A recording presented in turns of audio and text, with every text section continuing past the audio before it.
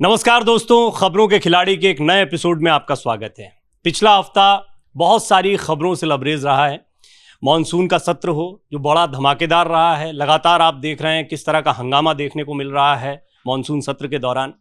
मणिपुर हिंसा और उसके बाद में जिस तरह से पूरे देश में सियासत गरमाई है वो भी लगातार गरमाती जा रही है। दूसरी तरफ हम देख रहे हैं कि राजस्थान, मध्य प्रदेश, इन सब को लेकर जिस तरह की चुनावी तैयारियां चल रही हैं उसमें किस तरह की बयानबाजी हो रही है। एक सबसे बड़ा मसला है जिस पर आज हम बात करने वाले हैं कि मणिपुर पर क्या प्रधानमंत्री अपनी चुप्पी तोड़ेंगे, बोलेंगे। मल्लिकार्जुन खड़गे साहब कहते हैं कि तमाम सभाओं के दौरान, तमाम मंचों पर प्रधानमंत्री लगातार कई मुद्दों पर बात कर रहे हैं, लेकिन वो सदन के अंदर अपनी बात नहीं कहते हैं। अब सदन में बात करने को लेकर अविश्वास प्रस्ताव आना और अविश्वास प्रस्ताव पर बहस की बात या जो मांग है उसमें प्रधानमंत्री को बोलना पड़ेगा। तो क्या ये एक विपक्ष की स्ट्रैटेजी है, जानते हुए कि उनके पास पर्याप्त संख्या बल नहीं है, इसके बावजूद वो अविश्वास प्रस्ताव लेकर आ रहे हैं? इस पर बातचीत करने के लिए आज एक बहुत ही महत्वपूर्ण पैनल है। देश के बहुत ही जाने माने राजनीतिक विश्लेषक मेरे साथ मौजूद हैं। वरिष्ठ पत्रकार पंकज शर्मा जी हमारे साथ मौजूद हैं। पंकज जी, आपका स्वागत है। वरिष्ठ पत्रकार राज बिहारी जी हमारे साथ मौजूद हैं, आपका स्वागत है। प्रेम कुमार जी एक बार फिर हमारे साथ स्वागत है आपका, बहुत बहुत। समीर चौगांवकर साहब हैं, उनका भी एक बार हम स्वागत करते हैं। हमारे साथ संजय राणा जी भी मौजूद हैं, बहुत बहुत स्वागत है संजय जी आपका। और हमारे साथ अमर उजाला समूह के सलाहकार संपादक विनोद अग्निहोत्री जी भी मौजूद हैं, सर आपका भी स्वागत है। शुरुआत में पंकज जी आपसे ही करना चाहूंगा क्योंकि एक बहुत ही महत्वपूर्ण मसला है कि मणिपुर के मुद्दे पर प्रधानमंत्री कुछ बोले। पहले तो ये मांग, दूसरा चुप्पी क्यों है, ये दूसरी बहुत बड़ी बात है। तीसरा, क्या बुलवाने में विपक्ष कामयाब हो जाएगा? अविश्वास प्रस्ताव का ये दांव पर्याप्त संख्या बल न होने के बावजूद, ये आपको कितनी महत्वपूर्ण स्ट्रैटेजी दिखाई पड़ती है? देखिए, जब प्रधानमंत्री जी ने संसद में मणिपुर पर कुछ भी कहने से इनकार कर दिया, तब जाकर ये अविश्वास प्रस्ताव लाना पड़ा। अविश्वास प्रस्ताव का जवाब प्रधानमंत्री जी को देना है। जवाब जब वो देंगे तो मणिपुर पे उनको कुछ ना कुछ तो बोलना पड़ेगा। ये नहीं हो सकता कि वो ना बोलें। अगर वो देश के प्रधानमंत्री हैं तो ज़रूर बोलेंगे। अगर वो सिर्फ भारतीय जनता पार्टी के प्रधानमंत्री हैं तो शायद चुप्पी न भी तोड़ें। लेकिन मणिपुर की जो घटना हुई है उसके बारे में ये समझने की ज़रूरत है कि इससे जितनी देर वो कर रहे हैं बोलने में, भारतीय जनता पार्टी को लगातार उससे नुकसान हो रहा है। तो ये एक बहुत संवेदनशील मसला है और प्रधानमंत्री जी की खुद की छवि के लिए और भारतीय जनता पार्टी के हित के लिए ये आवश्यक है कि प्रधानमंत्री जी इस मसले पर अपनी चुप्पी। किस तरह का नुकसान हो रहा है बीजेपी?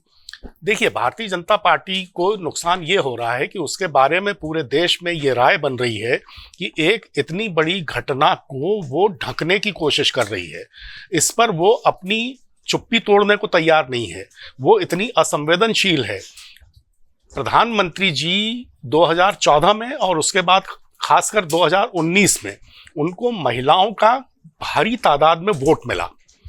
महिला जो समुदाय है वो इस घटना के बाद पूरे देश में बहुत डिस्टर्ब्ड है। नरेंद्र मोदी जी से वो ये अपेक्षा नहीं करता कि वो जब महिलाओं पर इस तरह का कोई दमन हो, इस तरह का कोई अत्याचार हो, तो वो खामोश रहें। उनके बाकी बहुत से नेता तरह तरह की महिलाओं के हित की योजनाओं का जोर शोर से बखान करते हैं। प्रधानमंत्री जी खुद भी बहुत सारी बातें कहते हैं।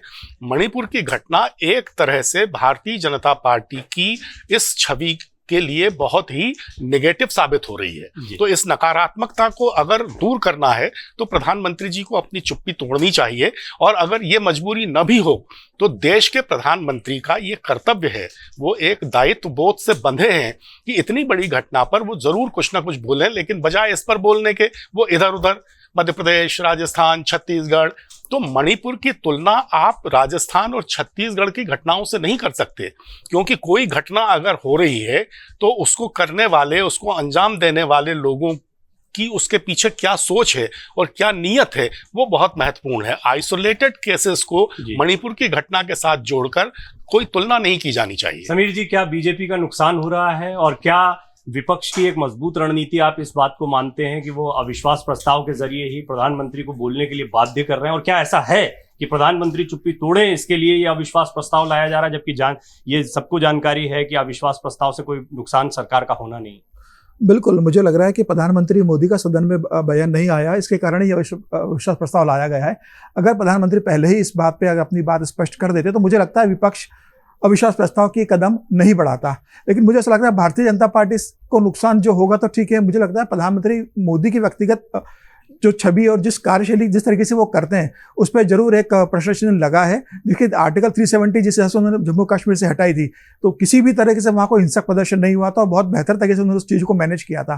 तो मोदी और शाह की जो जोड़ी मानी जाती है कि भाई बहुत एक स्ट्रिक्ट निर्णय लेते हैं और कंट्रोल करते हैं चीज़ों को, मुझे लगता है कि मणिपुर में सरकार थोड़ी चूक हुई है सरकार की। और इसमें मुझे ऐसा लगता है कि प्रधानमंत्री नरेंद्र मोदी को मणिपुर अगर नहीं जा पाए अपनी व्यवस्था की वजह से तो उन्हें जरूर इस मामले में बोलना चाहिए था, या सर्वदलीय विपक्ष के जो नेता हैं एक सर्वदलीय दल लेके मणिपुर सरकार को लेके जाना चाहिए था। तो मणिपुर की घटना निश्चित रूप से भारतीय जनता पार्टी के लिए एक एम्ब्रेसिंग सिचुएशन क्रिएट किया है और ये बहुत लंबे समय से चल रही है। आज 90 दिन हो गए और अभी भी इसका कोई समस्या का समाधान नजर नहीं आ रहा है। मुख्यमंत्री को आप बर्खास्त नहीं कर रहे हो, वहाँ राष्ट्रपति शासन नहीं लगा रहे हो आप, ठीक है आपने आर्टिकल 355 वहाँ इम्पोज कर दिया है तो आप 356 भी लगा सकते थे। मुझे ऐसा लगता है कि आज जिस स्थिति में मणिपुर, वहाँ पर भारतीय जनता पार्टी को ये नहीं देखना चाहिए कि वहाँ हमारी सरकार है। मुझे लगता है कि वहाँ राष्ट्रीय शासन तुरंत लगा देना चाहिए था जब एक समुदाय का एक मुख्यमंत्री से भरोसा चला गया है। सरकार का फेल्यूर है इसको डील करने में, और दूसरा जो पंकज जी कह रहे हैं उससे सहमत हैं, आपकी छवि को नुकसान हो रहा है? देखिए छवि को नुकसान तो पड़ा, इसमें कोई दो राय नहीं, बहुत ज्यादा तो नहीं पड़ा लेकिन पड़ा है। लेकिन एक जो घटना घटी है उसको 90 दिन होने को आ गए, तो इतने लंबे समय तक मुझे लग रहा है कि प्रधानमंत्री मोदी और अमित शाह के गृह मंत्री रहते, ऐसी कोई समस्या नहीं है जो 90 दिन तक चलती। तो मुझे ऐसा लगता है कि इनके आकलन में गलती हुई होगी इस चीजों को हैंडल करने में, या उनकी कोई और रणनीति होगी जिसमें वो चूक गए होंगे। बहरहाल उनका प्लान जो भी होगा वो बेहतर सोचेंगे मणिपुर के लिए, उनकी कोशिश होगी कि जल्दी जल्दी समस्या का समाधान निकले। लेकिन फिलहाल जो परसेप्शन बन रहा है जनता के बीच में एक आम, वो यही बन रहा है कि सरकार इसमें कहीं ना कहीं असफल रही है। रासबिहारी जी, क्या सरकार असफल रही है और ये सरकार के लिए एम्बैरसिंग सिचुएशन आने वाले समय में होने वाली है? और सबसे बड़ा सवाल, अभी दो एक्सपर्ट्स की राय सुनकर ये लगता है कि मॉनसून सत्र में विपक्ष भारी पड़ रहा है। नहीं, ऐसा नहीं है, विपक्ष भारी नहीं पड़ रहा है। अगर देखिए मणिपुर की घटना है लेकिन वो आज की घटना नहीं है, ठीक है अभी दंगे भड़के हैं 3 मई से, लेकिन मणिपुर में मैतेई, कुकी और नागाज के भी बहुत लंबे समय से लड़ाई चल रही है, बार बार हमले होते हैं। लेकिन अभी जो हाल फिलहाल की कुछ घटनाएं हैं महिलाओं के साथ जो बढ़ता हुई है, वो और भी बहुत राज्यों में, बंगाल में तो लगातार चल रहा है। क्या वहाँ मुख्यमंत्री हर जगह मौके पहुँचती है? क्या हर जगह बयान देती है? क्या राजस्थान में बहुत घटनाएं हुई हैं, दलित महिलाओं के साथ हुआ है, क्या वहाँ अशोक गहलोत मुख्यमंत्री पहुँचते हैं हर मौके पे?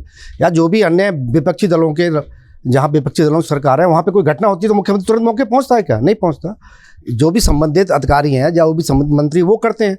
अब भाई मणिपुर पर अमित गृह मंत्री ने बयान दिया, आप इसको नहीं मानेंगे, आप नियमों को नहीं मानेंगे, आप खाली जिद पड़ रहे हैं कि प्रधानमंत्री मोदी बोले, उन्होंने बोला मणिपुर की घटना पे उन्होंने दुख जताया, बहुत निंदनीय बताया और शायद क्या करते। लेकिन वहाँ की जो घटना है सरकार उसको संभालने की कोशिश कर रही है, पैरामिलिट्री फोर्सेस भेजे जा रहे हैं, समुदायों से बात की जा रही है। वो घटना ऐसा तो है नहीं कोई राजनीतिक एकदम राजनीतिक घटना हो गई हो, कोई बंगाल की तरह तो है नहीं या कोई राजस्थान की तरह तो घटना है नहीं। वो घटनाओं के पीछे एक बहुत बड़ी गहरी साजिश है, विदेशी साजिश भी है, चीन का भी हाथ हो सकता है, बहुत सारी चीजें उस पर सरकार सोच समझ कर काम कर रही है। बोल देना चाहिए इस पर। क्या अभी सदन में अविश्वास प्रस्ताव जैसा मुझे अभी तक समझ में भाई प्रधानमंत्री को जो बोलना चाहिए वो बोल रहे हैं। प्रधानमंत्री बोले, खड़गे साहब यही तो बोल रहे हैं बोलेंगे जब मंचों पर बोल रहे हैं आप चुनाव। भाई ये तो प्रधानमंत्री को तय करना है, नहीं खड़गे थोड़ी तय करेंगे प्रधानमति क्या बोलेंगे क्या नहीं बोलेंगे। प्रधानमंत्री अपना एजेंडा खुद तय करते हैं, किसी के दबाव में नहीं करते। चाहे आपने देखो गुजरात के दंगे पे जब मुख्यमंत्री थे तो कितना हमला हुआ, उन्होंने एक बयान नहीं दिया, वो केवल एक बात कहते थे, मेरे गुजरात की 5 करोड़ जनता। प्रधानमंत्री ने देश की छवि देशों में विदेशों में एक नई छवि वो गड़गड़ी है।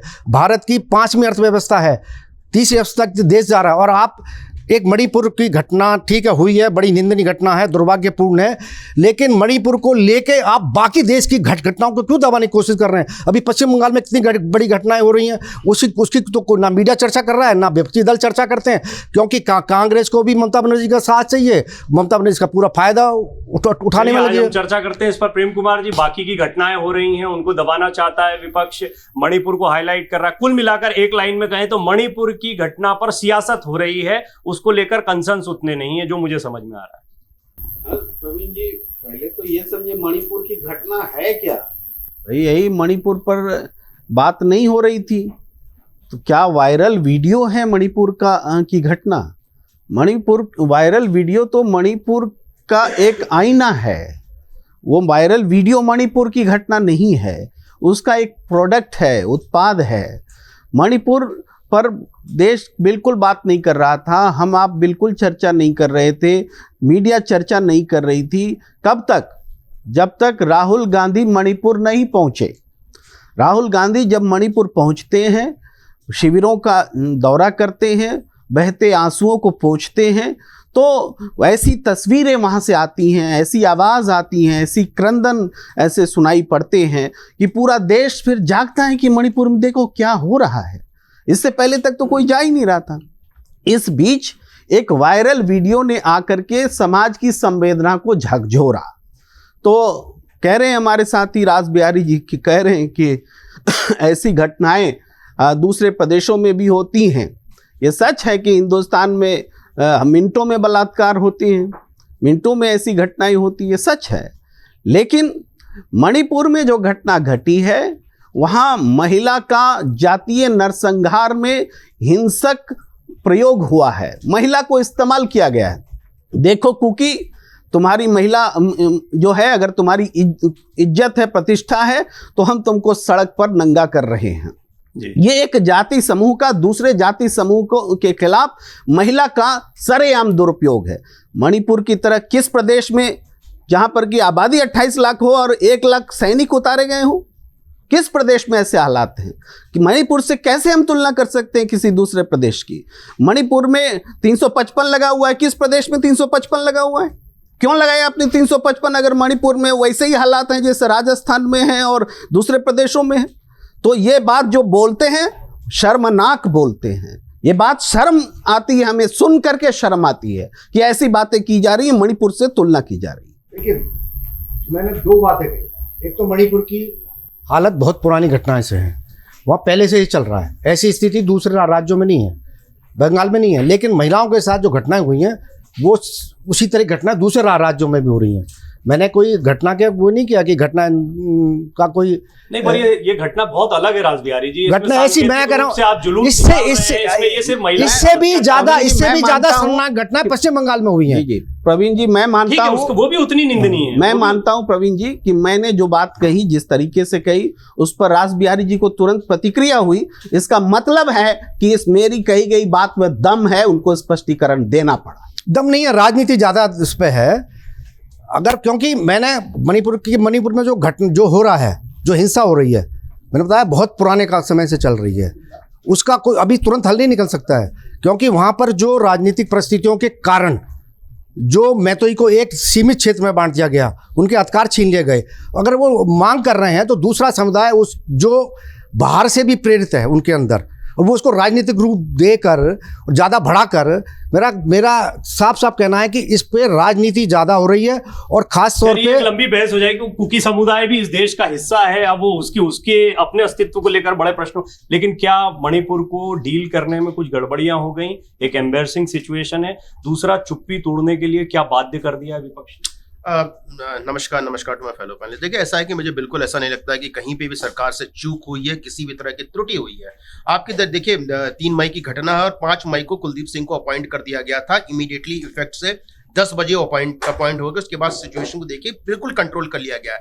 देखिए, जहां तक विपक्ष की बात करते हैं तो 9 साल से विपक्ष मुद्दाहीन है। उनको कोई मुद्दा नहीं मिल रहा। पहले जीएसटी का मुद्दा उठाया, उसके बाद नोटबंदी का मुद्दा उठाया, उसके बाद पेगासस का मुद्दा उठाया, उसके बाद आपको राफेल का मुद्दा उठाया। सब जगह धराशाही होते चला गया। देखिए, आपको किसी भी चीजों पे चर्चा करनी है, पार्लियामेंट में चर्चा करने की जगह है, चर्चा कर सकते हैं। लेकिन ये नहीं हो सकता कि एक जगह गुड रेप है, दूसरी जगह बैड रेप है। मणिपुर का रेप बैड रेप है, और अगर राजस्थान का रेप क्या गुड रेप है, और बंगाल का रेप क्या गुड रेप है? ऐसा कौन कह रहा है भाई? जिस तरह से उनकी बातें हो रही हैं, जिस तरह से वो चर्चा कर रहे हैं, बंगाल पे चर्चा नहीं कर सकते, हम छत्तीसगढ़ में चर्चा नहीं करेंगे, हम राजस्थान के रेप पे चर्चा नहीं करेंगे, हम मणिपुर पे चर्चा करेंगे। वहां पे लड़कियों के साथ जो भी किया गया है वो 142 करोड़ लोगों के चेहरे पे तमाचा है। लेकिन आपको वो भी देखना पड़ेगा कि हमारी और बहनों के साथ दूसरे स्टेट्स में क्या हो रहा है। क्या आप 2 रंग का चश्मा पहन लेते हैं? मणिपुर के लिए सफेद चश्मा होता है, दूसरी जगह के लिए आपके पास हरा चश्मा हो जाता है। चश्मे का कलर भी बदल जाता है। अरे राजनीतिक पार्टी आपके लिए सभी लोग बराबर होने चाहिए, चाहे वो प्रदेश का कोई भी निवासी हो, कहीं भी रहता हो, किसी भी धर्म का मानने वाला हो, किसी भी प्रांत का रहने वाला हो। लेकिन आप इतने सिलेक्टिव हो जाते हो अपने राजनीतिक मुद्दे को सेट करने के लिए कि आप भूल जाते हो कि आप देश को नेतृत्व करने वाले हो, देश के नेता हो। आप अपोजिशन में हो सकते हो, अपोजिशन का फर्ज होता है कि मुद्दे को उठाना और सरकार को सही काम करवाना, लेकिन इस तरह के मुद्दाहीन बातें करके तो मुझे नहीं लगता। क्या एक बड़ा मुद्दा मिल गया विपक्ष को? मैं बोल तो रहा, पिछले 9 साल से विपक्ष मुद्दा ढूंढ रहा है। ये मिल गया क्या बड़ा मुद्दा? ये मुद्दा है ही नहीं। अविश्वास प्रस्ताव लाया है। अब देखिए, अब आपको पता, आप तो प्रखर पत्रकार हैं। एक 350 सीटें, 148 सीटें, आपको प्रधानमंत्री से स्पीच सुनना था। देखिए, कोई भी लॉ एंड ऑर्डर का सिचुएशन होता है, होम मिनिस्टर उस पर आके स्पीच देता है, उसको प्रधानमंत्री को बुला सकते हैं और प्रधानमंत्री कभी भी आगे हस्तक्षेप कर सकता है। लेकिन आप अगर अविश्वास प्रस्ताव लेके आए, कोई बात नहीं है, आप आइए, उस पर चर्चा होगी, प्रधानमंत्री उस पर जवाब भी देंगे। लेकिन ये बताइए कि मणिपुर का मुद्दा जो है, मैं 1 मिनट और लूंगा, मणिपुर का मुद्दा क्या है इतना छोटा आप जिसको दिख रहा है? ये जो मैतेई समाज है 1947 से मांग कर रहा था, ये बताइए 10% जगह पे तकरीबन 50% लोग रह रहे हैं, वो जमीन पहाड़ों पर नहीं खरीद सकते, लेकिन पहाड़ का आदमी प्लेन पे खरीद सकता है। अनजस्टिस है कि नहीं है? और ये जो भाई, जो भी कोर्ट के आदेश पे हुआ, उन्होंने बोला कि आप इसको लागू करिए, इस पे देखिए, इस पे विचार विमर्श कीजिए, उस पे अब दंगा फसाद हो गया। कैसे हो गया? आपने ये चर्चा नहीं की कि 10 कुकी महिलाओं के साथ रेप हुआ, 200 लोगों की हत्या हो गई और 50,000 लोग वहां से विस्थापित हो गए, उस पर कोई चर्चा करने को तैयार नहीं है। हम बोलते हैं किसी भी तरह का रेप हो, चाहे मणिपुर में हो, चाहे देश के किसी भी अंग में हो, वो निंदनीय कार्य है, उसके लिए हम सबको एक होना पड़ेगा। लेकिन इस तरह की तुष्टिकरण की पॉलिटिक्स करना मुझे कतई पसंद नहीं है। इस पे पॉलिटिक्स बिल्कुल नहीं होना चाहिए, संवेदनशील मुद्दा है। मणिपुर पे क्या राजनीति नहीं होना चाहिए? विपक्ष क्या मुद्दाहीन हो गया है? विपक्ष क्या इसको जबरदस्ती मुद्दा बना रहा है? देश के अन्य राज्यों में जो कुछ हो रहा है उसके ऊपर मणिपुर को रखा जा रहा है। आप इससे कितना? देखो, राजनीति तो हर मुद्दे पे होनी चाहिए। राजनीति से परे तो लोकतंत्र में कुछ होता ही नहीं है। और ये कहना कि इस पर राजनीति मत करिए, उस पर राजनीति मत करिए, तो राजनीति किस पे करेंगे? नाच गाने पे करेंगे राजनीति। जनता से जुड़े हुए हर मुद्दे पर राजनीति होनी चाहिए। सत्ता दल और विपक्ष को अपनी अपनी बात करनी चाहिए और अपने अपने हिसाब से उसको डील करना चाहिए। सर, राजनीति जो कहना, जो एक ट्रेंड चल गया, इस पर राजनीति हो रही, तो राजनीति किस पे होगी? महंगाई पे नहीं होगी, बेरोजगारी पे नहीं होगी, अपराध पे नहीं होगी, कानून व्यवस्था पर नहीं होगी, देश की सुरक्षा पर नहीं होगी, तो किस पर राजनीति होगी? नाच गाने पर होगी? किस पे होगी राजनीति, बताइए? मैं सर, मतलब ये आपका सीधा सवाल है, इन्होंने कहा राजनीति नहीं होनी चाहिए। मैं सिर्फ इनके लिए राजनीति नहीं कर रहा हूँ, ये एक ट्रेंड है, इस पर राजनीति हो रही है, तो राजनीति हो किस पे भाई? जब लोकतंत्र में चुनाव होते हैं, लोकतंत्र में मुद्दों पर वोट मांगे जाते हैं, लोकतंत्र में वादे होते हैं, इरादे होते हैं और राजनीतिक होते हैं सारे, तो राजनीति नहीं होनी चाहिए। राजनीति नहीं होनी चाहिए। देश में कुछ भी अराजनीतिक है क्या? कुछ भी राजनीतिक नहीं। परिवारों में राजनीति होती है, क्या बात कर रहे हैं आप? भाई भाई के बीच में राजनीति होती है। राजनीति का मतलब है कि सकारात्मक राजनीति हो, ये आप कह सकते हैं। नकारात्मक ना हो, ये हो सकता है। राजनीति ही ना हो तो शून्य में होगी क्या बात? चर्चाएं शून्य में कुछ नहीं होता है। नंबर 1। अब मणिपुर पर आता हूं। देखिए, मणिपुर की जातीय समस्या की जड़ें बहुत गहरी हैं, इसमें किसी को कोई इनकार नहीं है। और सिर्फ मणिपुर में नहीं, पूरे पूर्वोत्तर में और देश के तमाम भागों में इस तरह की समस्याएं हैं कि कौन कहाँ जमीन नहीं खरीद सकता, कौन कहाँ नहीं कर सकता, इस है समस्याएं। उसके लिए बाकायदा एक देश में होना चाहिए, क्या कहते हैं, रिव्यू होना चाहिए, सरकारों को इस पर ध्यान देना चाहिए। लेकिन सिर्फ उसका आधार दे करके मणिपुर में जो हो रहा है उसको जस्टिफाई कैसे कर सकते हैं आप? या देश के किसी भी हिस्से में अगर कोई इस तरह की घटनाएं होती हैं तो कैसे जस्टिफाई कर सकते हैं? आदिवासियों के साथ बहुत सारे अत्याचार हो रहे हैं, तो क्या आप नक्सलवाद को जस्टिफाई कर देंगे? कि साहब वो तो आदिवासियों के नाम पर ही नक्सलवादी सारा काम करते हैं, छत्तीसगढ़, उड़ीसा और आंध्र प्रदेश जहाँ, तो आप जस्टिफाई थोड़ी कर सकते हैं। क्योंकि जबकि आदिवासियों के साथ कितने अत्याचार हुए, चाहे वो सरकारी हमला हो, चाहे वो ठेकेदार हो, चाहे वो, और उनकी जमीनों को जिस तरह से और जंगलों में किया गया पूरे देश में, लेकिन हम नक्सलवाद को जस्टिफाई नहीं कर सकते। उसी तरह कहीं भी कोई हिंसा, कोई घटना हो, वो कहीं भी उसका कारण कुछ भी हो, वो जस्टिफाइड नहीं है। राजस्थान की अगर बात की जाती है, राजस्थान में जोधपुर में बहुत ही शर्मनाक घटना हुई, लेकिन उसके 2 दिन के अंदर ही अपराधी पकड़ लिए गए, जेल भेज दिए गए। उन अपराधियों का किस राजनीतिक दल से ताल्लुक था ये भी सबको मालूम है, मैं उसमें नहीं जाना चाहता। छत्तीसगढ़ में हुआ, पकड़े गए। और ये सही है कि हर जगह मुख्यमंत्री नहीं जाते, हर जगह वो नहीं जाते इस तरह की घटनाओं में। और मैं ये भी नहीं कर रहा हूँ कि आज की स्थिति में प्रधानमंत्री वहाँ जाएं, क्योंकि जो स्थिति है वो अभी इस लायक नहीं है शायद मणिपुर की कि प्रधानमंत्री वहाँ जाए। लेकिन एक बात जरूर है कि आखिर संविधान में धारा 356 किस लिए रखी गई है? एक समय उसका बहुत दुरुपयोग हुआ, धारा कांग्रेस के जमाने में बहुत दुरुपयोग हुआ और विरोध हुआ उसका। उसके बाद उस पर कुछ पाबंदियां लगाई गई कि उसका उपयोग करने की स्थिति क्या है। आज मणिपुर में सबसे बड़ी समस्या ये है कि जो बड़े समुदाय वहां के हैं उनमें परस्पर विश्वास खत्म हो गया है, भरोसा खत्म हो गया है। इसलिए केंद्र में किसी दूसरी पार्टी का शासन थोड़ी है कि कांग्रेस की सरकार हो तो लोग मांग कर रहे हो। केंद्र में भी बीजेपी की सरकार है, प्रधानमंत्री जी हैं, गृह मंत्री जी हैं, और वो ज्यादा बेहतर तरीके से उस समस्या को डील कर सकते हैं अगर सीधे केंद्र डील करे। इसीलिए मैं 1994 की घटना की याद दिलाता हूं जब दोरेन्द्र सिंह की सरकार को बर्खास्त किया गया था। नरसिम्हा राव प्राइम मिनिस्टर थे, राष्ट्रपति शासन लगाया गया था, उसके बाद समस्या सुलझी थी। अटल बिहारी वाजपेयी जी ने 2001 में एक जबरदस्त पहल की थी, सारे अपोजिशन लीडर्स को बुला के उनकी मीटिंग की, मीटिंग के बाद 2 बार मीटिंग की, 2 बार अपील की, प्रतिनिधिमंडल यहां से भेजा गया। तो ऐसा इस तरह का सार्थक हस्तक्षेप मणिपुर में इस बार नहीं दिखा। ये बात मैं अभी उस नहीं दिखा जो होना चाहिए था। गृह मंत्री जी गए, निश्चित रूप से गए, 3 दिन रहे, उन्होंने समय दिया, लेकिन जो घटनाएं जिसको स्वयं मुख्यमंत्री ने कहा कि ऐसी सैकड़ों घटनाएं हो चुकी हैं, जो वीडियो आया और उनके FIR दर्ज हैं, तो क्या गृह मंत्री जी को इन घटनाओं की सूचना दी जानी चाहिए थी? क्यों?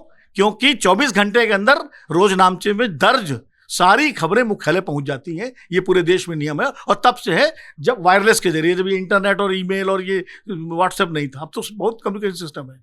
तो अगर 4 मई की वो घटना जिस तरह की, या और सारी घटनाएं जैसा कि मुख्यमंत्री स्वयं कर रहे हैं, वो पहुंच गई है हेडक्वार्टर, और उसके बाद भी गृह मंत्री जी वहां 3 दिन रहे बैठक, क्या उनके संज्ञान में चीजें लाई गई? अगर लाई गई तो क्या कार्रवाई हुई? ये प्रश्न है।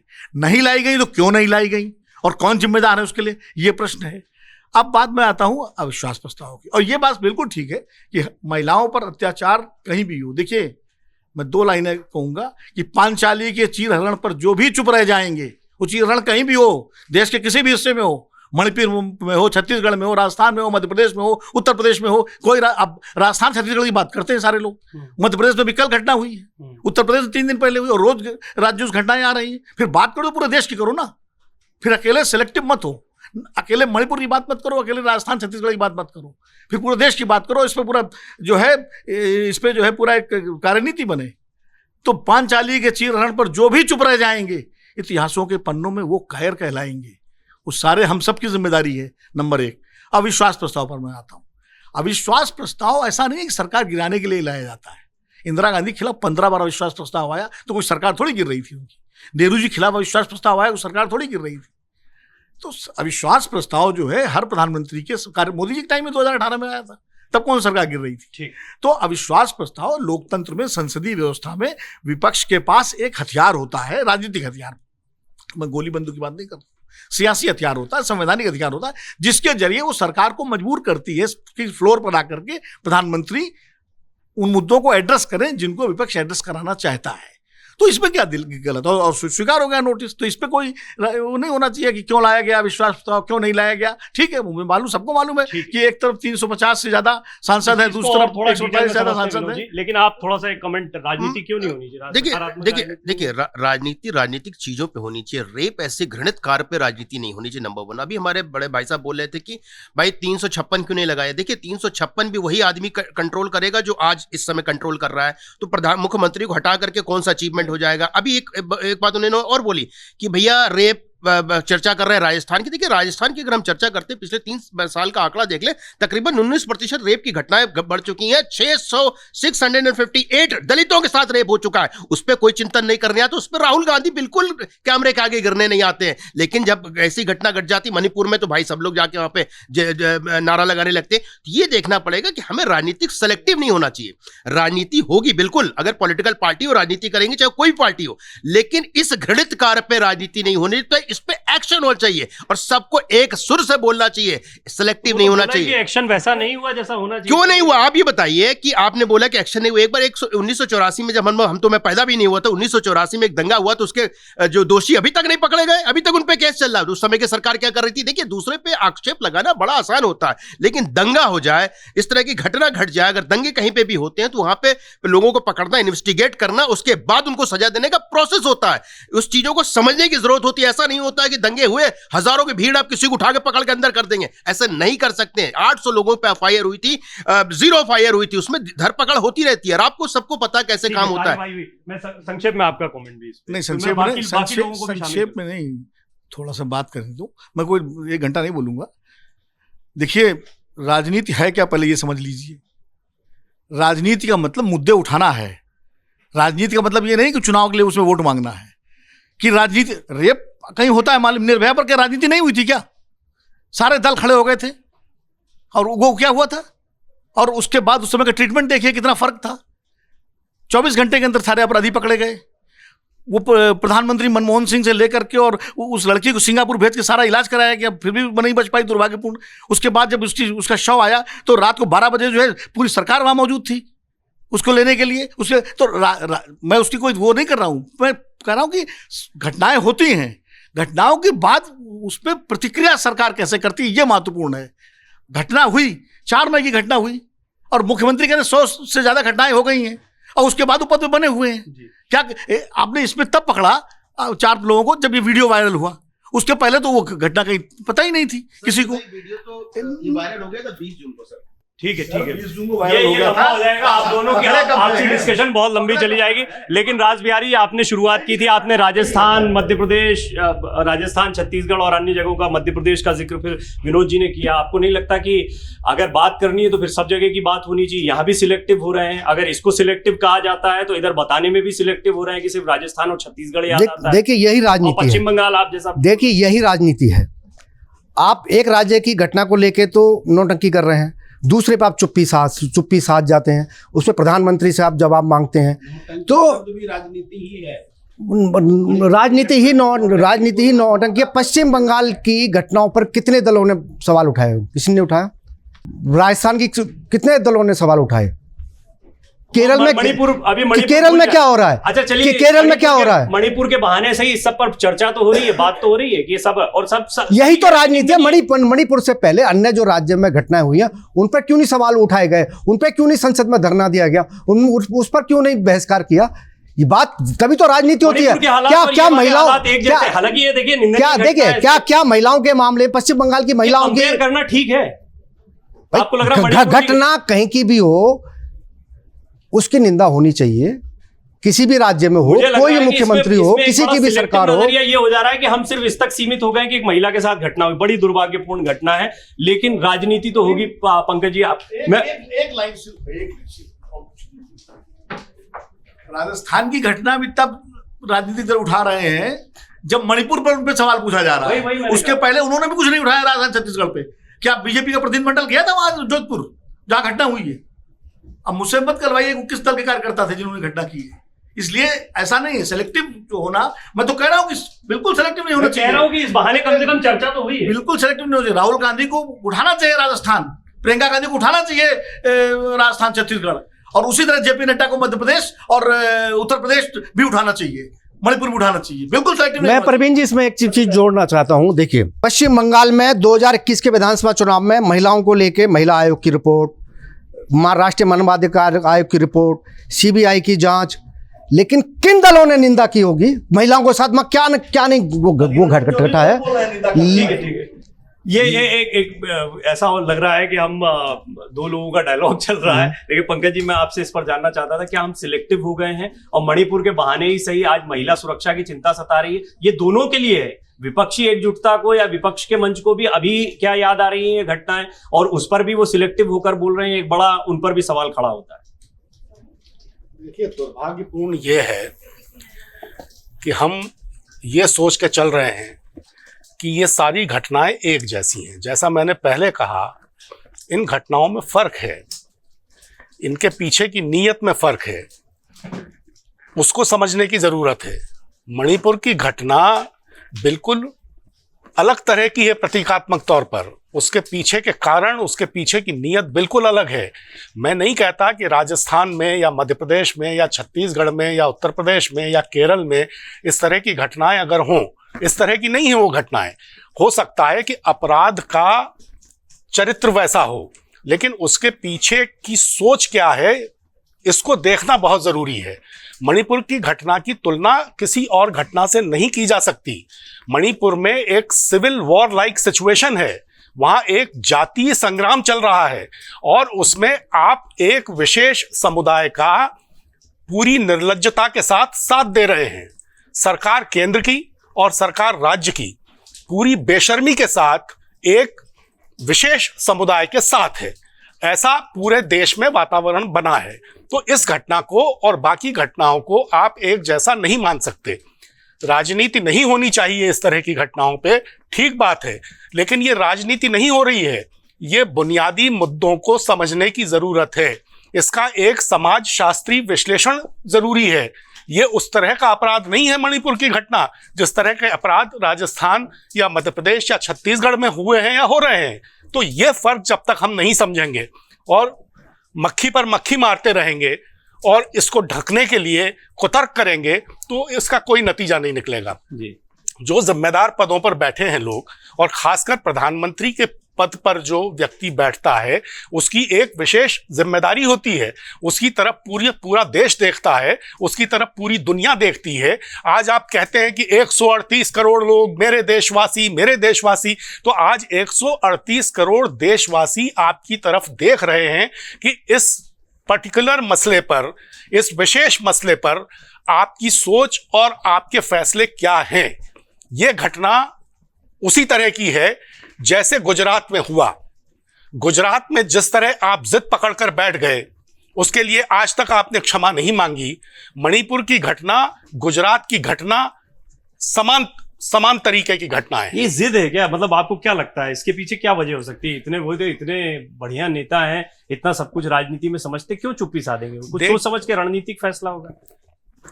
रणनीतिक फैसला यह है कि उनको अपना जो मिशन है वो पूरा करना है। उनको इस देश में ये संदेश देना है कि वो जिसके साथ हैं और जो उनके साथ है दोनों एक दूसरे के साथ हैं, वो बहुसंख्यक समाज के साथ हैं। ये ठीक है कि मणिपुर का जो जातीय संघर्ष है वो बहुत पुराना है और उसके अपने ऐतिहासिक कारण हैं, लेकिन आज बहुसंख्यक समाज के साथ पूरी तरह एकजुट होकर एक अल्पसंख्यक समुदाय को बिल्कुल किनारे करने की जो प्रक्रिया चल रही है मणिपुर में, वो एक पूरे विहंगम सोच का हिस्सा है। वही देश में हो रहा है। तो मूल मुद्दा यह है कि प्रधानमंत्री जी को देश के प्रधानमंत्री की तरह व्यवहार करना चाहिए। उनको किसी एक राजनीतिक दल या एक समुदाय विशेष के अगुवा की तरह व्यवहार नहीं करना चाहिए। जब वो ये बात समझ जाएंगे तभी इस समस्या का कोई समाधान निकल पाएगा। समीर जी, एक बड़ी बात जो है वो प्रशांत किशोर ने उस वक्त कही थी जब विपक्षी एकजुटता का मंच बन रहा था कि सिर्फ इकट्ठा होने से, एक साथ आने से बात नहीं बनेगी। बहुत जरूरी है कि एक नैरेटिव को सेट किया जाए। और इस जैसा कि संजय जी ने कहा कि बहुत सारी चीजों की कोशिश की गई है, बहुत मुद्दे उठाने की कोशिश की गई, लेकिन सारे मुद्दे कहीं ना कहीं डिफ्यूज हो गए। आपको लगता है कि ये एक ऐसा मुद्दा मिला है जिसको अभी विपक्ष छोड़ना नहीं चाहता और इस पर जमकर राजनीति हो रही है? देखिए, राजनीति तो हर मुद्दे पे होती है। नहीं, ये एक ऐसा मुद्दा मिल गया जिसको अब लंबा खींचना है। नहीं, लंबा खींचेगा नहीं, मुझे ऐसा लगता नहीं कि लंबा खींचेगा। केंद्र सरकार बहुत गंभीर है मणिपुर के मामले को लेकर। जिस हिसाब से अमित शाह 3 दिन जा रहे के आए लगातार संपर्क में, अमित शाह जी ने खुद कहा कि मैं डेली बेसिस पे प्रधानमंत्री जी को इस मणिपुर के हालात से अवगत कराता हूँ। और मुझे लग रहा है कि जिस हिसाब से अब केंद्र सरकार ने सोचा नहीं होगा कि मणिपुर का मामला इतना बड़ा बन जाएगा, उनके ध्यान में जब आ गया है कि अभी मामला इतना जटिल हो चुका है, तो मुझे लग रहा है जरूर केंद्र सरकार उसमें बहुत गंभीरता से काम कर रही होगी।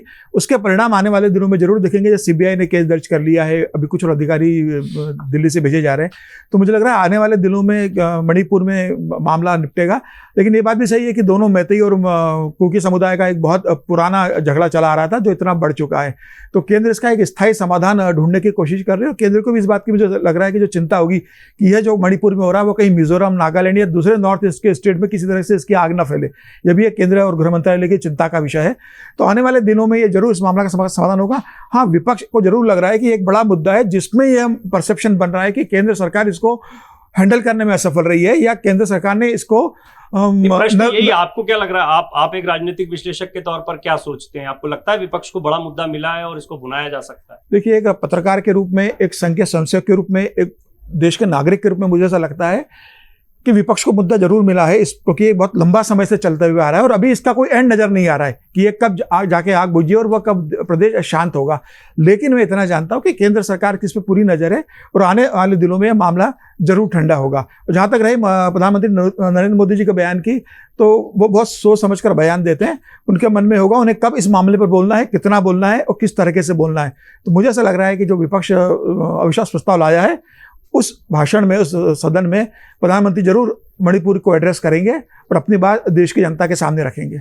मैनेज कर लिया जाता है प्रेम कुमार जी, और कंसर्न होगी सरकार इसको लेकर। ये सोचना बहुत गलत है कि सरकार इसको लेकर गंभीर नहीं होगी, लेकिन विपक्ष की अपने राजनीतिक मुद्दे हैं। जिस नैरेटिव की मैंने बात कही, वो एक बड़ा नैरेटिव विपक्ष के हाथ में लगा है, इसलिए जमकर इसको भुनाया जा रहा है। आपको लग रहा है 2024 तक ये चलेगा या बाकी मुद्दों की तरह, जैसे संजय जी ने अभी थोड़ी देर पहले कहा कि बाकी मुद्दे डिफ्यूज हो गए, ये मुद्दा भी जो है वो उतना काम नहीं आएगा विपक्ष के?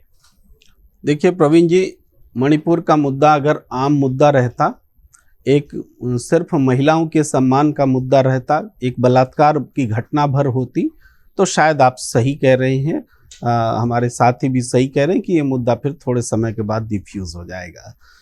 प्रधानमंत्री जी ने भी जो बयान दिया, तो उस बयान से भी इस मुद्दे को उसी रूप में देखने की कोशिश हुई कि एक महिला के सम्मान का मुद्दा है, देश की इज्जत का मुद्दा है, इसी रूप में उन्होंने देखा। मैं इसको एक अलग तरीके से दर्शकों को बताना चाहता हूँ कि चलिए, राजस्थान में घटना घट गई, दलित परिवार के साथ में अत्याचार हुआ, एसिड से जलाया गया, मारा गया, लेकिन उस घटना पर प्रतिक्रिया मणिपुर की घटना के बाद शुरू हुई। उस समय भारतीय जनता पार्टी की स्थानीय इकाई राजस्थान की अगर वहाँ पर उसको लेकर के बवाल कर रही होती, बहुत जायज था भाई, मुद्दे तो उठने चाहिए ना, जनता के सवाल हैं। लेकिन बीजेपी ने, जो कि पूरी दुनिया की सबसे बड़ी पार्टी है, डबल इंजन की सरकार ये सबसे ज़्यादा है, तो इन्होंने छत्तीसगढ़, राजस्थान जैसे प्रदेश जहां पर की ऐसे घटनाएं घटी हैं, बलात्कार, दुराचार और हत्या की, उन घटनाओं पर विपक्ष की भूमिका नहीं निभाई। और अब वो कह रही हैं कि देखो, हम तुम्हारे प्रदेश में हम चुप रह गए, हमने कुछ नहीं किया, तो तुम तो विपक्ष मुट्ठी भर हो, तुम मणिपुर में क्यों बोल रहे हो? हम तुम्हारे स्टेट्स में बोले नहीं, लड़ाई लड़ी नहीं, हमने महिलाओं के लिए बोला नहीं। तो प्रधानमंत्री जी का संदेश है कि जब राजस्थान, छत्तीसगढ़ जैसे इलाकों में ऐसी घटनाएं घटती हैं और हम लोग चुप रह जाते हैं, उनके भाव बता रहे हैं कि हम लोग चुप रह जाते हैं, हम कुछ नहीं बोलते, तो तुम लोग भी मणिपुर में मत बोलो। ये है, हम भी चुप रहे, तुम भी चुप रहो। देखिए, पंकज जी ने एक सवाल उठाया कि जातीय हिंसा बताया, फिर कहा कि एक वर्ग, ये जो एक वर्ग या दूसरा वर्ग है, अगर गुजरात में गोधरा की आप निंदा नहीं करते तो गुजरात के दंगों की बात करते हैं। दूसरा, प्रधानमंत्री को तो कोर्ट ने बरी कर दिया, कोई इल्जाम साबित नहीं हुआ आज तक। किस बात की माफी मांगी प्रधानमंत्री? उन्होंने दंगा नियंत्रित करने की पूरी कोशिश की, दंगे के बाद जितने भी पीड़ित थे सबको सहायता पहुंचाई। और आज भी देश में अगर है तो एक वर्ग को डर दिखाकर, जो विपक्षी दल है, एक वर्ग का डर दिखाकर, एक समुदाय का वर्ग दिखाकर, एक अल्पसंख्यक बात का वितंडा खड़ा कर कि खाली जो बहुल समाज है उसको ऐसा नहीं है। कौन सी ऐसी नीति है केंद्र सरकार की कि जो केवल एक पक्ष का फायदा कर रही हो? ये डर दिखाने में कामयाब रहा विपक्ष? कहाँ कामयाब रहा? अगर कामयाब होता तो दूसरी बार सरकार क्यों बनती और तीसरी बार क्यों बनने जा रही है सरकार? कर्नाटक, उत्तर प्रदेश में तो कहा जा रहा था कि पूरा का पूरा, देखिए, कई बार विधानसभा में स्थानीय समीकरण भी काम करते हैं। कोई कर्नाटक में कोई बहुमत की सरकार तो आई नहीं थी बीजेपी की, जोड़ तोड़ के सरकार बनाई, जोड़ तोड़ के गिर गई सरकार। कर्नाटक की हार से कोई लोकसभा चुनाव हार जाएगा ऐसा तो है नहीं, या विधानसभा मध्य प्रदेश हार गए, छत्तीसगढ़ हार गए, या राजस्थान हार गए। क्या हुआ फिर वहां? राजस्थान में 25 की 25, मध्य प्रदेश में 29 में से 28, छत्तीसगढ़ में 11 में से 9 और कर्नाटक में 25 सीटें जीती बीजेपी। इसको थोड़ा उलट के बोले, लोकसभा में तो इतनी सारी सीटें जीत गई बीजेपी, फिर क्यों सब जगह राज्य की सरकारें हार गई? पलट कर मैं बोल रहा हूँ, लोकसभा में तो पूरे देश में जीत गई, 300 से ज्यादा सीटें जीत गई। इस पर मैं जरूर आना चाहूंगा, और इस पर मुझे लगता है कि पूरा एक अलग ही विषय है ये, और ये बहुत महत्वपूर्ण विषय है। लेकिन संजय जी, एक बात तो है कि ये मुद्दा जितना भी हम चर्चा कर रहे हैं, ये सारा विपक्ष के एक मुद्दे को प्रमुखता से उठाने के बाद, हम जब अविश्वास प्रस्ताव की बात कर रहे हैं, प्रधानमंत्री इस पर क्या कहेंगे की बात कर रहे हैं, के बाद ये सारी चर्चाएं हो रही हैं, इसके पहले चुप्पी थी, तो एक नैरेटिव तो बड़ा विपक्ष को मिल गया है, जिसकी वो उम्मीद कर रहे थे कि एक मंच तो बना लिया है, लेकिन किस मुद्दे पर अब सरकार के खिलाफ जाएं। तो एक दो मुद्दे जो मुझे अभी समझ में आ रहे हैं, निकल के आ रहे हैं, वो ये कि बहुसंख्यक समाज के साथ में है, पहला चीज। अब ये फायदा पहुंचाएगा का नुकसान पहुंचाएगा, राजनीति का बिल्कुल अलग समीकरण है कि यही चाहती है बीजेपी का, कई बार इससे फायदा भी होता है। दूसरी बात यह है कि कई जगहों पर फेल्योर दिखाने की कोशिश कर रहा है विपक्ष, और कह रहा है कि सिलेक्टिव हो आप बातों को डील करने के मामले में। तो आपको लगता है एक नैरेटिव बड़ा मिला है? देखिए, जब बहुसंख्यक की बात हो तो बड़ा दुर्भाग्यपूर्ण हो जाता है। अगर वो बहुसंख्यक है तो 50,000 लोग विस्थापित कैसे हो गए, 200 लोग मारे कैसे गए, 10 महिलाओं के साथ बलात्कार क्यों हो गया, कुकियों मैतेई लोग को मिजोरम से भगाया क्यों जा रहा है, ये बहुसंख्यक इसलिए हो रहा है। अगर बहुसंख्यक ना होते तो फिर क्या होता? भैया माना 53% है, लेकिन 53% के साथ देख लीजिए क्या हो रहा था, तकरीबन 50 मंदिर जला दिए गए। ये बहुसंख्यक इसलिए हो रहा है। मतलब बड़ा दुर्भाग्यपूर्ण हो जाता है कि किसी भी प्रधानमंत्री को, किसी भी नेतृत्व को किसी वर्ग से जोड़ देना। ये प्रधानमंत्री देश के हैं, बहुसंख्यक अल्पसंख्यक के नहीं है। ये नैरेटिव सेट करना कि बहुसंख्यक हैं, बहुसंख्यक को फायदा पहुंचाने चाहते हैं, इसलिए वहां पे एक्शन नहीं ले रहे। भैया अगर राष्ट्रपति शासन भी लगा देंगे, 356 भी लगा देंगे, गवर्नर किसका? केंद्र सरकार का। केंद्र सरकार किसकी है? बीजेपी की है। वहां पे किसकी सरकार चल रही? वहां बीजेपी की। तो दोनों चीजों में सरकार तो दोनों एक ही आदमी चलाएगा, गृह मंत्रालय चलाएगा। अब आते हैं दूसरे मुख्य मुद्दे कि भैया नैरेटिव सेट करने में विपक्ष सक्सेसफुल हो गया कि कई मुद्दों पे फेल है। देखिए, ये मुद्दे ये सेलेक्टिव होते हैं। मतलब मुद्दे उठाए, डिफ्यूज हो जाएगा 1-2 महीने बाद, फिर मुद्दे उठाएंगे, डिफ्यूज। मैंने आपको 9 साल के 9 मुद्दे गिना दिए हैं, एक भी मुद्दे में सक्सेसफुल हुए? मुंह के खानी पड़ी है इनको हर जगह जाकर के। हम ये बोलते हैं कि जैसे रेप की घटना हुई है, अरे भाई आप, एक हमारे मित्र बोल रहे थे कि वो ऐसी घटना दुनिया में कहीं नहीं हुई है। भैया अभी कुछ दिन पहले, पिछले इसी महीने में बंगाल में हुई सेम तरह से महिला के साथ अत्याचार हुआ, वहां पे आप नहीं बोलेंगे। समस्या क्या हो जाती है कि जब आप चश्मा बदल लेते हैं, और चश्मा भी एक चश्मे में एक हरा रंग और एक सफेद रंग हो जाता है, तो बड़ी तकलीफ हो जाती है। आपको अगर नैरेटिव सेट करना है, आप राजनीति करना, राजनीतिक पार्टी राजनीति करेंगे, लेकिन आपको मुद्दे जो जनहित में हो उठाइए ना, जनता का सरोकार है वो उठाइए ना। आप उसको मुद्दे उठाते नहीं। बताइए, महंगाई पे बात कर लीजिए, तो महंगाई पे अगर आंकड़े देने लगूं तो पेट्रोल 34 रुपए था, जब छोड़ के गए 72 रुपए था, इन्फ्लेशन हुआ 75%। आज का देख लीजिए, अगर नोएडा का रेट लेते 96 रुपीज है, इन्फ्लेशन देख लीजिए 34% है, वहां पे भी कम हो जाते हैं। इन्होंने अब डॉलर की बातें उठाई थी, 45 रुपए था, छोड़ के गए 62 रुपए था, तो कितना हो गया? 37.7% हो गया। आज के देखिए 82 रुपया, वो 34.5% हो गया। लोगों को ना इतना बरगलाना इतना आसान हो गया, पूछे मत। सिलेंडर की बात करने लगते हैं, महंगाई बढ़ गई, महंगाई बढ़ गई।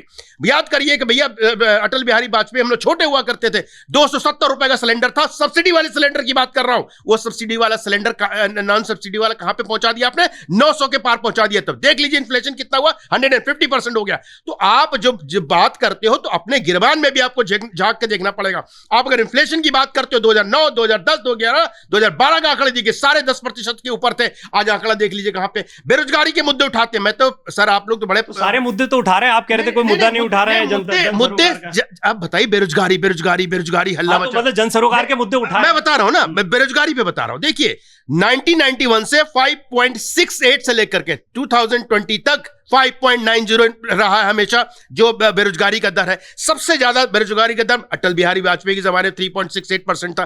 तो भैया आप जो अगर मुद्दे हैं तो मुद्दे उठाइए। मान लीजिए कि किसी प्रदेश में डेवलपमेंट नहीं हो रहा, वहां पे रोजगार नहीं मिल रहा। आप बताइए कि उत्तर प्रदेश में जहां हम सब बैठे हुए नोएडा के अंदर, पहले बेरोजगारी दर 10% के पार थी, आज 3% के अंदर है। तो भैया आप सिर्फ हल्ला मचाओगे या कार्य करोगे? सिर्फ हल्ला मचाया जा रहा है। नैरेटिव एक मिला है, या जो पहले जितने नैरेटिव बनाने की कोशिश की गई वो डिफ्यूज हुए हैं, तो अब एक बड़े नैरेटिव की तरफ जा रहे हैं। जैसा कि समीर जी का कहना है कि इसको भी मैनेज कर लिया जाएगा आने वाले दिनों में, उनको लगता है। आपको लगता है विपक्ष के पास अभी कोई मुद्दा नहीं है और जो मुद्दा मिलता है उसको लपक लेते हैं?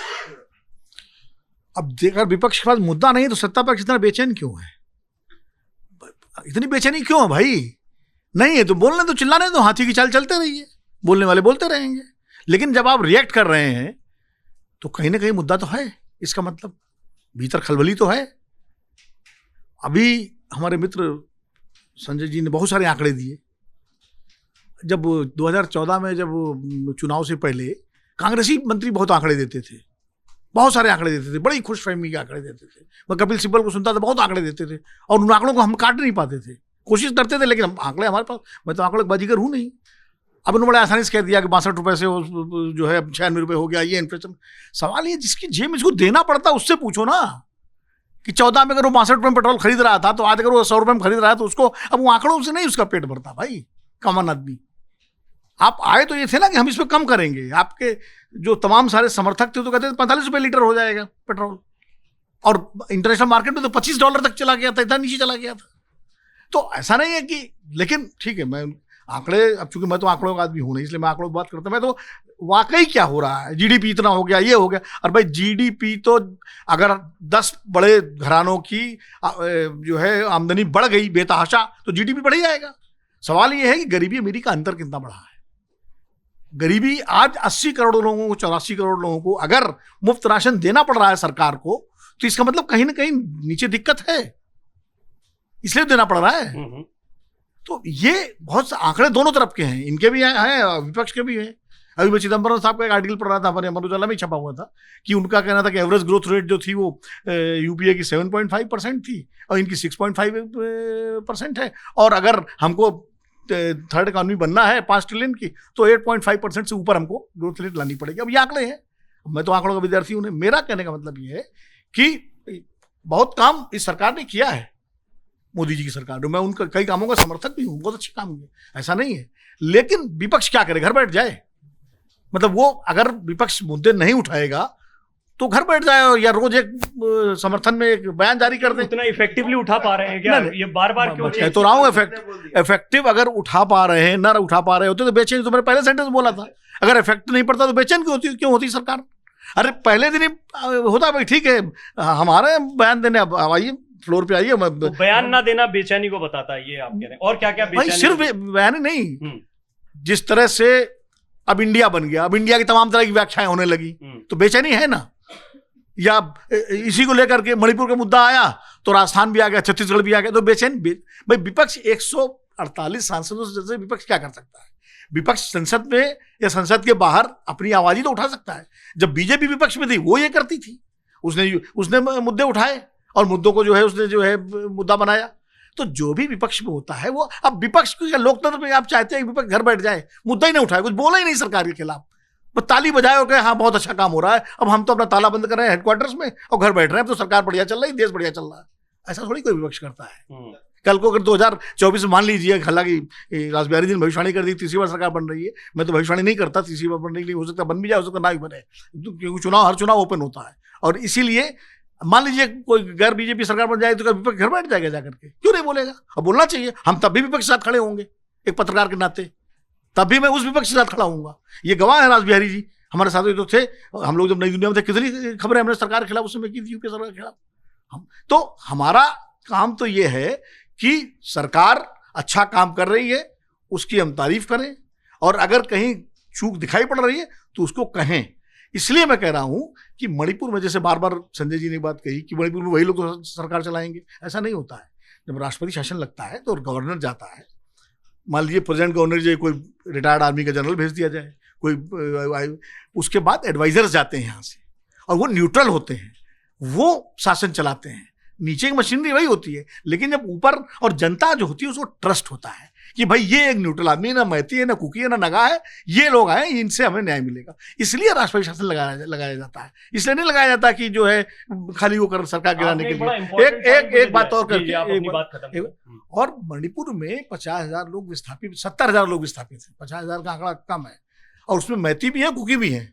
जो जहां बहुसंख्यक है उसने वहां जो कम संख्या वाले हैं उनको मारा है और उनको भगाया है। मैतियों ने कुकियों को भगाया, कुकियों ने मैतियों को भगाया, जिसका जहां दांव चला है। और इसलिए मैती और कुकी के संदर्भ में बात नहीं की जानी चाहिए, बात की जानी चाहिए मणिपुर के संदर्भ में। जितना दर्द, ये तो जो तस्वीर आई तो कुकी महिलाओं की, हो सकता है मैती महिलाओं के साथ इससे ज्यादा हुआ हो, वो तस्वीर अभी नहीं आई हो। तो इसलिए मेरा मानना है कि घटना को अब मैती कुकी के संदर्भ में मत होना चाहिए, उसको मणिपुर के संदर्भ में देखें। ठीक है, बेचैनी क्यों है, बस इस पे एक टिप्पणी करें आप। ये बड़ा मैं छोटी सी टिप्पणी करके, जैसे अभी सर ने हमें बोला कि भाई सरकार में बेचैनी नहीं है, भाई अगर आप कुछ चीज बोलोगे उसका हमें रिस्पॉन्ड तो करना पड़ेगा। सोचिए विपक्ष की हालत ये हो गई, दूरबीन लेके बैठा है कि मुद्दा दिख जाए, कहीं तो मुद्दा दिख जाए। अभी हमारे सर सारे तो गिनाए नहीं मुद्दा है ही नहीं, वो मुद्दा तो बनाया जाता है। बोला ना दूरबीन लेके बैठे कोई तो मुद्दा दिख जाए।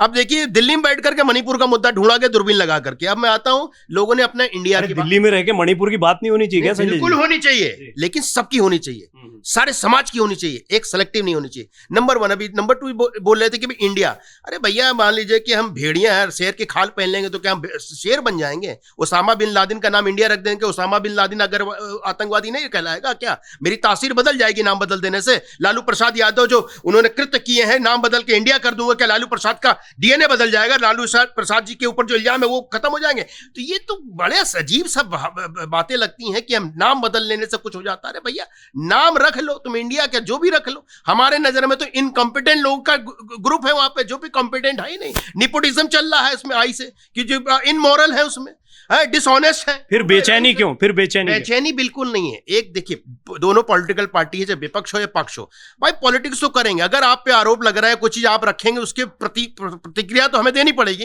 वो प्रतिक्रिया है तो उस प्रतिक्रिया को दिया जा रहा है। एक तथ्य दूंगा, अक्सर लालू प्रसाद यादव को लेकर कहा जाता है कि वो कन्विक्टेड है। बिल्कुल सही बात है, उनको जेल कन्विक्ट हो चुके हैं। इधर भी कन्विक्ट हैं, अजय चौटाला वो भी जेल जा चुके हैं, वो कन्विक्ट हैं, पैरोल पर हैं, जमानत पर हैं, एनडीए में है वो। तो ऐसा नहीं है कि कहीं उधर बहुत गड़बड़ है इधर भी है, तो दोनों तरफ मामला बराबरी है। नेपोटिज्म वाले भी इधर भी हैं उधर भी हैं। इंडिया नहीं रखा जा रहा नाम ना, नहीं ठीक भाई है। चौटाला जी भी उन्होंने इंडिया नाम नहीं रखा है। चलिए एक नहीं पहना। बार आपको क्या लगता है किसका माहौल चल रहा है? आपको क्या लगता है देश तरक्की कर रहा है? आपको क्या लगता है विपक्ष जो मुद्दे उठा रहा है वो सिर्फ माहौल बंदी है, इन्वेंट कर रहा है, नैरेटिव बना रहा है? जो भी आप कहना चाहें, आप अपनी बात को जरूर रखें। आपकी टिप्पणियां बहुत महत्वपूर्ण होती हैं। इसी तरह खबरों के खिलाड़ी को पसंद करते रहिए, शेयर करते रहिए, लाइक करते रहिए। आप सभी मेहमानों का बहुत बहुत धन्यवाद चर्चा में जुड़ने के लिए। आप दर्शकों का बहुत बहुत धन्यवाद। अमर उजाला अब आपके टीवी पर भी। अपने स्मार्ट टीवी पर YouTube पर सर्च करें अमर उजाला, चैनल सब्सक्राइब करें और देखें ताजा खबरें, वो भी HD क्वालिटी में।